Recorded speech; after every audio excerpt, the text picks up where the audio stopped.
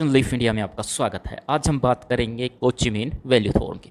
Kochi mean value theorem क्या है? वास्तव में ये एक generalize form of Lagrange mean value theorem है, अर्थात उससे थोड़ी सी बड़ी है या व्यापक तौर पर यूज करने वाली या उसको थोड़े से एरिया को बढ़ा देने वाली है।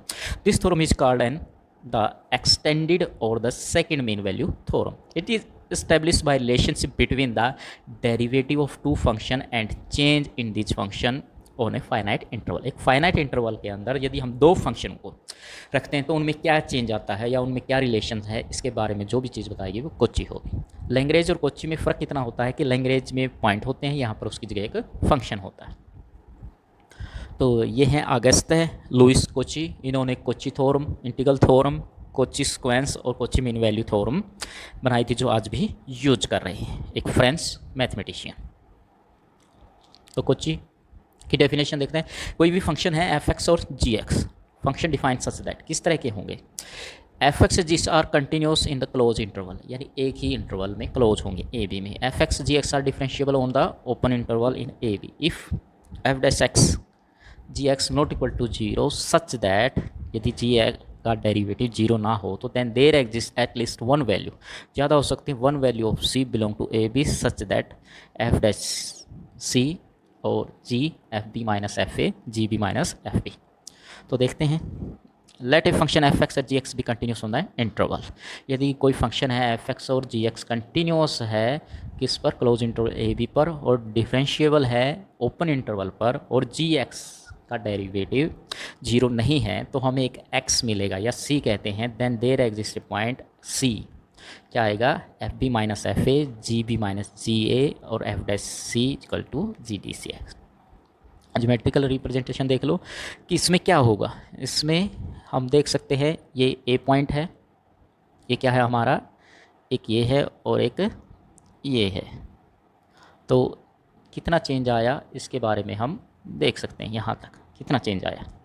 ठीक है, एफ सी भी देख सकते हैं कितना चेंज आया। तो सेम है यहाँ से यहाँ का पूरा पॉइंट क्या है? एफ ए, तो एफ बी, और यहाँ जी बी, जी और जी बी, इस तरह से। तो क्या आ जाएगा? ये आ जाएगा, कितना चेंज आया? F B G B minus G A, यहाँ से यहाँ तक का चेंज और यहाँ से यहाँ तक का change, F B minus F A. ये किसको दर्शाता है? यहाँ से लेके यहाँ तक की स्लोप को। तो दोनों ही आ जाएंगी, तो इनको इकट्ठा करते हुए तो इस तरह से।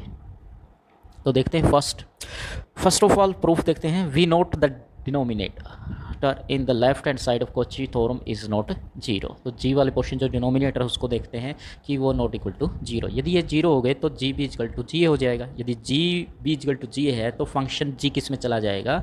रोल थ्योरम एप्लीकेबल हो जाएगा। तो वहाँ पर हमें एक डी मिलेगा जहाँ पर फंक्शन की वैल्यू जीरो हो जाए। लेकिन डिनोमिनेटर का डेरिवेटिव क्या होना चाहिए? Not zero. तो ये हमारा हाइपोथेसिस है, तो इसका मतलब ये दोनों बराबर नहीं होंगी। तो अब देखते हैं हम। तो हम क्या करते हैं, एक फंक्शन मान लेते हैं एफ एक्स, जो क्या है? दोनों फंक्शनों का कंबाइन एक फंक्शन है। दोनों फंक्शनों को मिलाकर एक इक्वेशन बनाई गई है। यानी ये एफ एक्स जो फंक्शन है वो डिपेंड करता है एफ एक्स और जी एक्स पर सेम। तो choose lambda is an way to satisfy the condition. तो लैम्डा हमें इस तरह से चूज करना है कि एफ बी किसके बराबर हो? एफ ए के। तो हम देखते हैं, तो एफ ए रख दिया और एफ बी रख दिया। तो लैम्डा की वैल्यू क्या आ गई? तो लैम्डा की वैल्यू ये आ गई। लैम्डा क्या है? एक कांस्टेंट। यदि हम इसको फंक्शन में रख देते हैं तो क्या आ जाएगा? फंक्शन में रखते हैं तो एफ एक्स ऐसे का ऐसे माइनस लैम्डा और जी एक्स। अब हमें पता है एफ ए किसके बराबर है? एफ बी के बराबर है।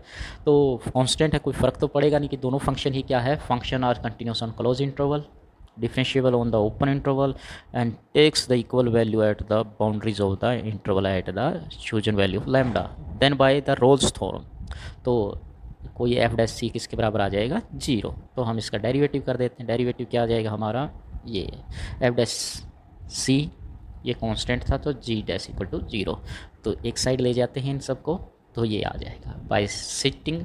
यदि हम जी एक्स को एक्स मान लें, यानी नीचे वाले को एक्स ए बी मान लें, तो Kochi Lagrange formula can be obtain from the Lagrange mean value. Kochi से हमें लैग्रेंज मिल जाएगी। तो जाहिर है आपको ये समझ में आ गया होगा। यदि आपको समझ में आ गया है तो लाइक कीजिए, शेयर कीजिए और सब्सक्राइब कीजिए। थैंक्स।